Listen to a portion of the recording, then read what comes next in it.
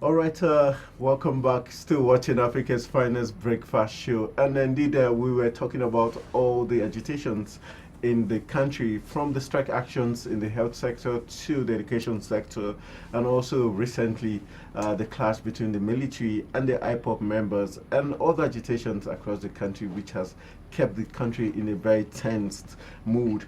Based on that, we today on our discourse will be discussing conflict resolution and also ways ensuring that Nigeria remains a peaceful state. And there's no other better person to discuss this than someone who is known worldwide as the mother of youth, who is a national patron of youth, and also trained by the United States of America because of her work with the youth and her developmental strides.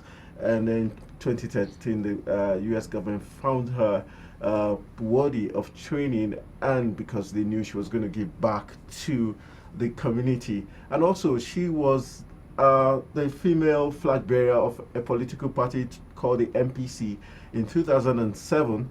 Let's make welcome Professor Princess Vivian Kosoko Motimegan, not just a mother name. Let's have you, mother of youth. Good morning.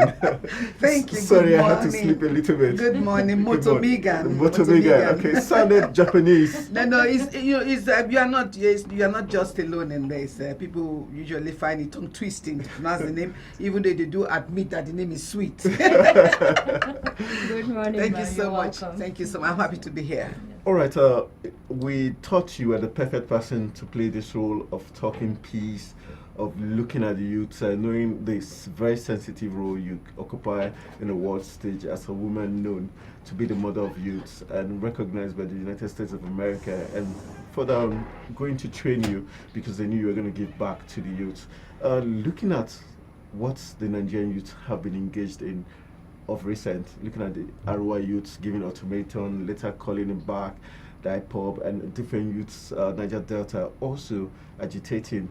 As a mother of youth and with your years of experience in dealing with youth, what should be the best way to turn around the mindset of youth just to ensure peace in the country? Okay, let me put the records a little bit straight. I was trained in 2004. 2004, not by the American State Department, in a program for friendly nations of, of the world. Usually, they pick individuals from their country in the areas of passion. And I had evolved and emerged in Nigeria as a youth, and they followed my activities and found out that, look, I was sincere in what I was doing for my country. They found out that I was very passionate as a youth, and that I had also, while I was schooling abroad at the age of 16, I had won a lot of awards as a young person, even from presidents of nations at the time.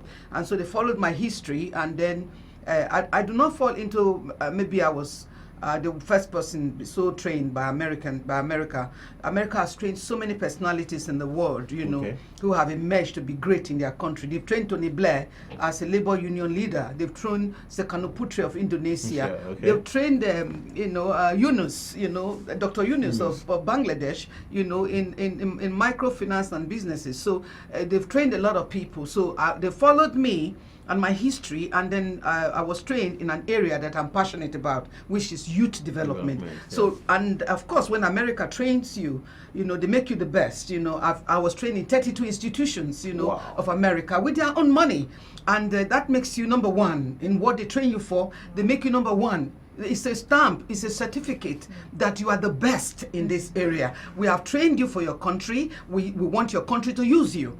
Well, of course, after my training, the very first thing I did, I met the president, Olusegun Obasanjo, at the time when I was doing the call. He came for Reagan's funeral at the time, and then the reception they had for him, America made sure that as a diplomatic guest of the US, I was at that ceremony. For our president. And so I was able to brief the president, even though our embassy had all the doors there concerning the training. But our president made sure I briefed him, the ambassador briefed him, because they saw the American flag on me and Nigeria's flag. So he was told I'm a diplomatic guest of the US for this training so that I can be of use to Nigeria, to Africa, and to the world. So I've remained number one in youth development till now. And as a matter of fact, the first thing I did when I got back was to ensure that the Ministry of Youth was created in Nigeria. So just about 8 months before Obasanjo left, he created the ministry, and that was great, because that is to the records now that his administration listened to the fact that it was necessary to create that ministry. But as to what the ministry should be doing, okay, we've had ministers there. Yeah, okay. They're trying their best. But first of all, let's look at the Nigerian youth. The Nigerian youth, like the youths anywhere in the world, are very vibrant, segment of the society, and so the energy they carry, the energy they exude must be used by the nation. So policies all over the world have tended to put the youths aside and say, look, they are for the future. No, the future is now. Okay. You have to prepare for the future now. So if you don't integrate the youths in what you're doing, then a very vital aspect of the society will be missing what they can afford to give to us. So what I do is making sure that policies include the youth, policies of nations include the youth. Countries invite me, to make sure that I interact with them concerning their youth. So by so doing, they are able to take the youth along, carry them along. Because you see, the idle mind is the workshop of the devil. So when the youths are not doing anything, they are recruited into terrorism. They are recruited into acts that destroys the society. Very soon, if care is not taken, they will serve us breakfast on the table with terrorism. All of us. So we need to include them so that they can be busy. Their mindset can be changed towards ensuring that good things are done with their lives. Because what they're doing is wasting their lives. We cannot afford that. We have to engage them. We have to keep them busy. We have to train them. Because you see, training is a very important part of life. Okay. If you don't train the youth, if you don't bring them out to know what they're supposed to do and give them direction, they keep going the wrong way. So I introduced what is called School of Life Education. I'm the initiator of the School of Life Education. Okay. The School of Life Education teaches life management. So I introduce life management as well. Okay, looking at the Nigerian youth right now, especially youth from the southeast and the northern region, where it seems that both of them have had each other's truth. What would be the best model you could suggest to the federal government, to CSOs to adopt in order to ensure that we have lasting peace? Now, you see, ensuring peace anywhere in the world involves discussion, negotiation. Okay. You understand? I was teaching peace education at Salem University. In fact, I was the pioneer professor to teach that course. And as a matter of fact, we were, from the students, the third year students, I took them out into secondary schools to teach peace education. Okay. We have to teach our youth what it means to imbibe the culture of peace. And that nothing good comes out of conflict. That, as a matter of fact, what they owe the society is to ensure peace. And what the society owes them is to develop them, train them, and make them active mind in moving the nation forward. Okay. So what we want to do is to ensure that the youth becomes very patriotic. So the first model is ensuring that our youths are patriotic youths. And so with that, they can imbibe the culture of love, the culture of patriotism, and the culture of living peacefully with their neighbor, and seeing that the larger society, what the society expects of them, they are able to grasp it and do it, and what the society gives to them, they are able to enjoy it. Because it's bipolar. They have to enjoy what the society has for them, and society has to enjoy them. It's not one way. Okay. You understand? So the youths in Arewa and the youth from the east, they have to know that one thing they owe themselves, is first and foremost to live in peace so that they can make progress. So the government should ensure that there is this rapport amongst all the youth. Call them, even if it means calling them to a round table, or call the youths, the leaders of the youths from all parts of Nigeria, bring them to a round table, discuss with them, talk with them, and also have these town hall meetings with the youths. Okay. Once that can be done, that is the first step. A town hall meeting so that they know that the government is ready to integrate them into the center of activities in the country. Right. They say that the right questions sometimes, most times rather, attract the right answers. Yes. Now we know that with the agitation from the RY youths, IPOB and all that, do you think that most times when these conflicts come up, in the bid to try to find the source, the reason, the cause and all that, so far, do you think the right questions are actually asked and the right and sincere answers are given? Because if that has happened so far, I don't know, I really haven't seen so much change that has given a punch and impact in the country as a whole. I think, let me be honest with you, I think what the youths are trying to do, if you look at, there are pockets of agitations, not only from the Iowa youths, the Niger Delta, and several parts of the country. Now, that will tell you that what the youths are trying to do is to be heard, to be included, that they, for a long time, they have been neglected. That is the first thing we must understand. Now, they want these issues concerning their lives to be addressed. So it is now left for the government to address the issues concerning the youths. They have made it is not an ordinary noise. They made a noise and people are responding, which is the first achievement. As to the seriousness of their threats, we cannot take it lightly, because if they are not fully engaged because of idleness, unemployment, so naturally is the idle's workshop. So you find out that addressing the issues that they've raised is so important, and how we go about it is so important. It's so important to address the issues that they've raised. It's so important to begin to do something positive so that people who want to use them to achieve selfish goals and selfish aim will not succeed. All right. You made mention of that's what I think. Addressing it right. Would you say, for instance, using the IPOB incident, would you say the way the military has gone about it, labeling them a terrorist group almost immediately, is the right way to go? I can't sit down here and begin to condemn our military. I'm a nationalist, a patriot, But what I know, it is the right of the military to defend this nation. If the military suspects or have information that we need to protect this nation in certain parts of the country, or send soldiers to all the parts of the country to secure our nation, they have the right to do it. Don't forget that the military are also human beings. So the way they go about it is left for them. They are professionals. We don't be civilians and dictate how these things are done. No, but I'm looking at the angle of if that's because you said if we talk with the youth, negotiations with the youth could be a very key way to ensure to go about it. Yes. So I'm thinking, but with the military deciding to go the other way, are you not aware that the threat that the Arewa gave is for October 1st? Yes. Are you not aware of that? Yes. I'm aware are you, sweetheart? Are you aware of that? Yes, ma'am. The threat is for October 1st. That before October 1st, latest by October 1st. Is that not what the threat says? Yes, it does. So, is it no? It doesn't it behove on the military to ensure that they first of all secure the states, the states of the federation, and of course, Anambra, the whole of the southeast is one of the the regions. We have the 6 geopolitical zones. They have to ensure that these zones are well protected, all of them, for us to remain one. But how they went about it, perhaps, is what you are concerned about. But let me tell you something. The mere fact that you see people in uniform in a place that is already volatile is enough to spark off anything. Let me be honest with you. It's enough to spark, no matter how they go about it. The mere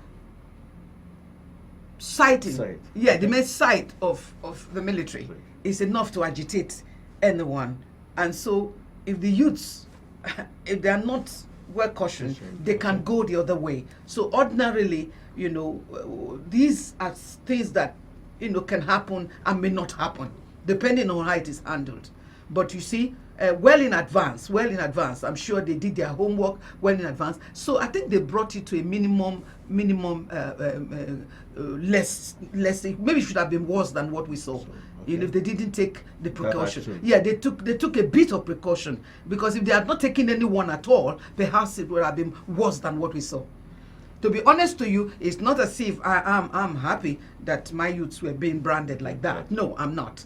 I'm a mother to the core. I love my youths, and they know I love them very much. Just 2 weeks ago, they keep giving me awards everywhere, So I love my youths a lot, and I would not want my youth to be branded and given all sorts of names. Situations have forced our youth to be in the street, and the nation need to work very hard to bring our youth out of the street and make them very meaningful members of the society. All right. Yes, we know that political parties and politics, in short, plays a very vital role in. So what I said is I condemn anybody maligning my youth. That's all I say. They are my children. But I love them. But we know, having been a flag bearer in 2007 for MPC, would you agree that political parties and politicians actually have a role to play in the crimes youth get involved in, especially when they feel used and dumped after elections? Yes, quite a number of people and political activists and political participants, leaders, have had to use the youths for such,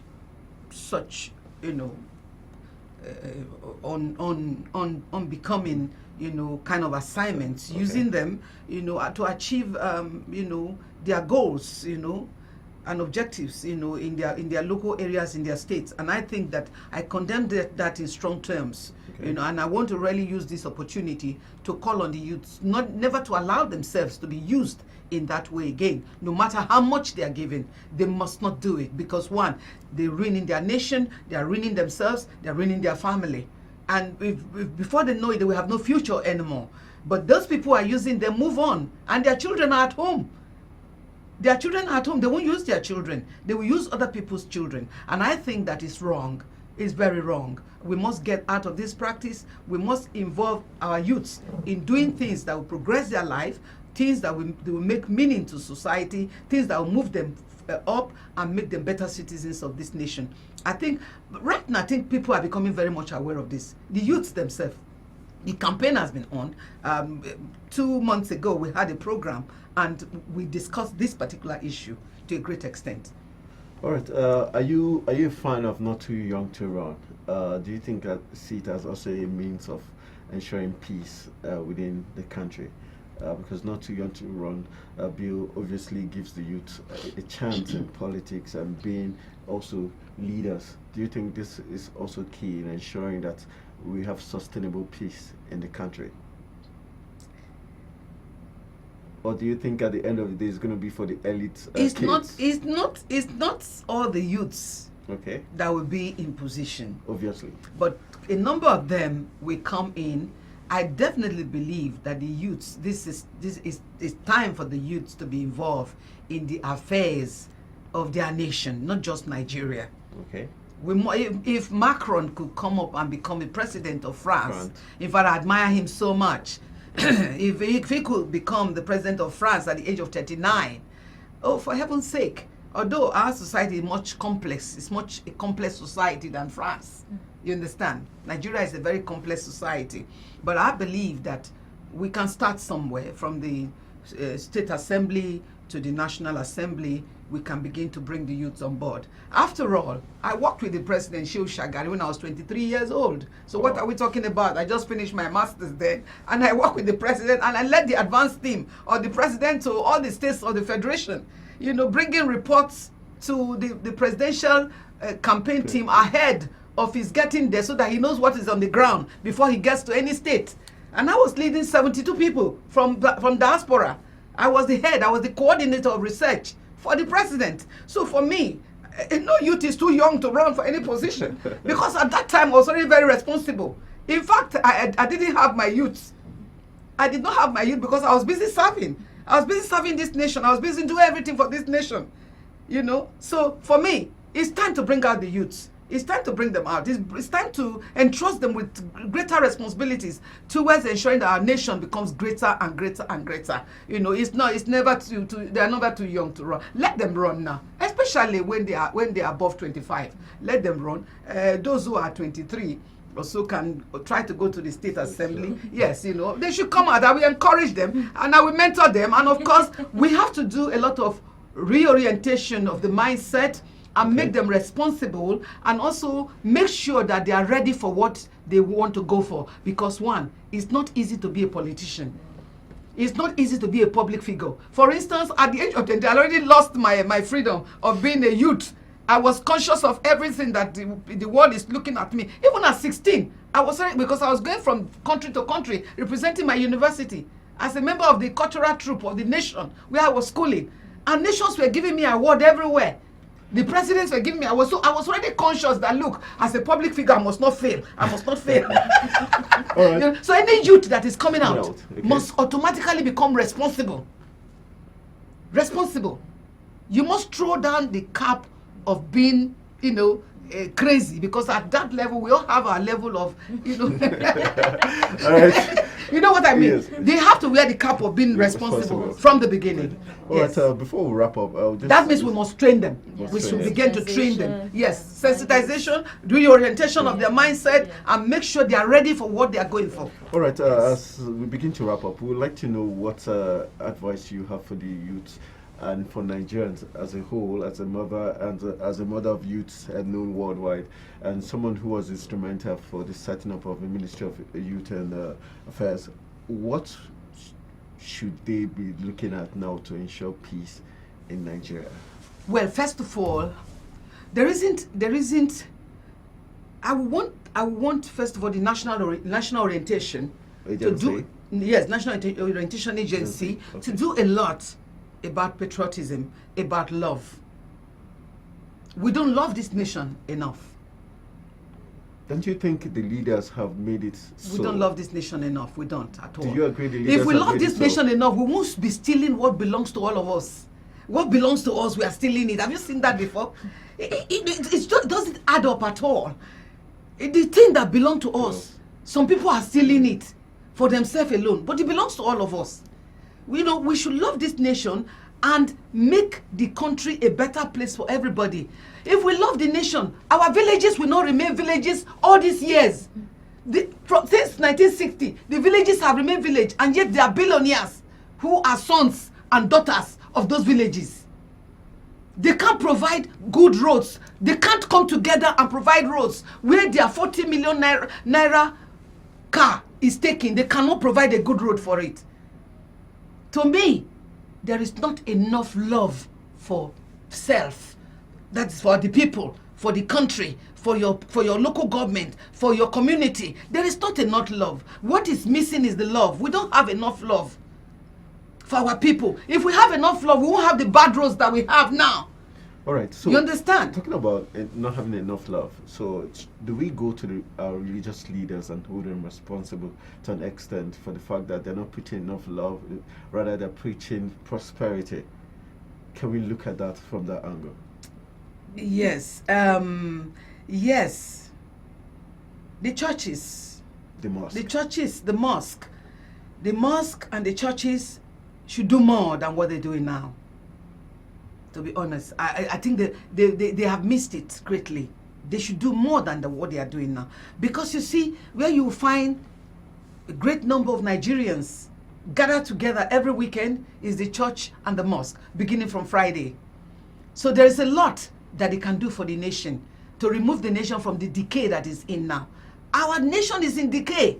But yet, this is a country that stands the great potentials, have all the great potential, becoming the greatest nation in the world. Because what we have, many nations don't have it.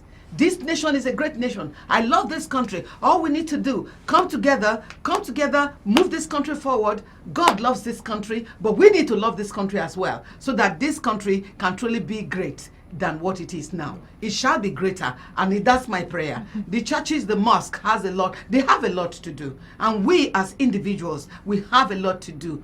So we stand together as one, and this nation will move forward. I'm for one Nigeria.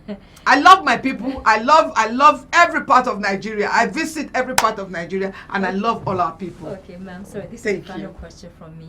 Yes. As the mother of youths and the lover of youths, ma'am. Now, with the Not Too Young to Run bill that has now been passed, and obviously a lot of youths will be getting ready, to come to the political fore or political front and all that. Now, to you, ma'am, with your vast experience that we respect so much, do you think the youth will be ready for all the systemic decay that is already in place? Do you think they still need the father figures who still stand the risk of being the same rot from the past? to still be like mentors to these youths coming up, to make them get used to the system before they can actually start working on their own, stand on their own 2 feet politically? Or what do you see happening? I don't know if you understand the question. The youths, their intention, as a mother, what I see of them, they want to make a difference. Okay. They want to create the difference. They want to bring about what is missing in the society. Okay. And I tell you, they're ready to take the risk. Because you see, at that age, usually risk is not a problem to them. They want to take it. You understand? So, and I believe that they are ready. The decay in the society, they're just going to, get themselves together and say, look, we are a departure from this, and this is what we want to follow. You see, the society has gone astray. Society has gone astray. They are coming to enter this decay, but I tell you, they will sanitize a lot of things. They will sanitize a lot of things. We have the Nigerian youths are great people. They are gifted. Anywhere you go in the world, you see Nigerian youths are excelling. Nigerians are excelling. So I believe they will bring that strength or character, to bear in coming into government. We are going to train them. I am ready. In fact, I'm ready. I'm going to ensure that traveling out of the country will be a lot, but not as much as the time that I'll be spending with the youths in Nigeria, trying to make sure that they get into government, train them, orientate them, their mind, to have a focus, so that the decay, before we know it, the decay will be something that is paving way for a greater Nigeria. Yes. Okay. Finally, my final question before I let you go has to do with, for you, what are the things you think might likely be a hurdle for us achieving continuous peace in the country? There are so many radicals, in the nation that benefits from seeing things in chaos, because they found the ambers of disunity. Right. And so we must watch out for such people, because this nation is greater than any human being, than any one person. So one of the things that we must watch out for, who are these troublemakers? Who are these troublemakers? So we must make sure that these troublemakers are brought to book. That's why I like the issue of the hate speeches. Okay. Because we found out that hate speeches they were all beginning to find the ambers of disunity in the country. And so also are people who are propagating hate speeches and carrying on with hate speeches. So do you support, technically, do you think that means there's need to regulate the social media, because it seems to be one of the platforms that makes it easier? Obviously it will get to that. Obviously it will get to that. Because you see, the media generally are already in tune with the fact that what we need most in our nation is peace. And that when battles and quarrels and war comes, it will not escape anybody. Nobody will be. No, look, I had some like a vision some days ago that told me, I was hearing a voice telling me I should tell Nigerians that I've not heard about this interview. I should tell Nigerians, do not die foolish death. Do not die stupid death. Nigerians, I'm saying it now, don't die stupid death. Don't die foolish death. God has given us a great nation.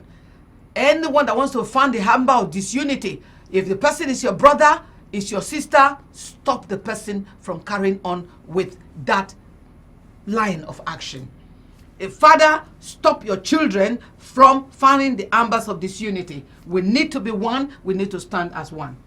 So we don't want the media also to begin to put out things that will burn the whole place.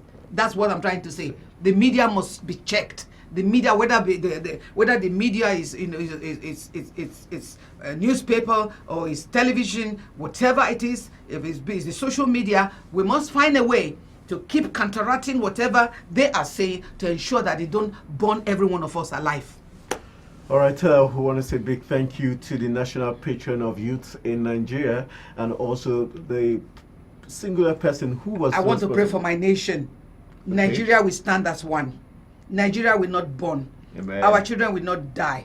We will not die. it shall be well with Nigeria. Nigeria will not break up. We shall enjoy the fruit of this land. All we need is restitution. That's all. If we can come together and ask God for forgiveness for all the nonsense that we've done to ourselves and to our nation and to God, God loves us so much. He will welcome us back and He will give us the great land, this great nation. He will give it back to us and we shall enjoy the fruit of our labor in this land. Nigeria will remain one in Jesus' name, and in the name of all the Muslims and Christians in this country, Nigeria will remain one. I stand for one Nigeria. God bless our nation, Nigeria. All right, indeed, God bless this lovely, great country called Nigeria. I want to say a big thank you to the National Patron of Youths and also the 2007 MPC flag bearer, presidential flag bearer, in the person of Professor Princess Vivian Motomigan. I wasn't going to miss that Motomigan. And I want to say a big thank you to her for trying to inspire Thank you, my son. You can call it anyway. It's accepted. It's allowed. All right. So once Thank again, you, my son. I want to say thank you to Professor Vivian Motomigan for doing justice thank you, this daughter. morning, Yes, and also trying to inspire us to preach peace and stay united as a nation, because that's the way we're going to achieve true greatness. I will go for a timeout, and when we come back, Africa's Finest Breakfast Show New Day definitely would continue.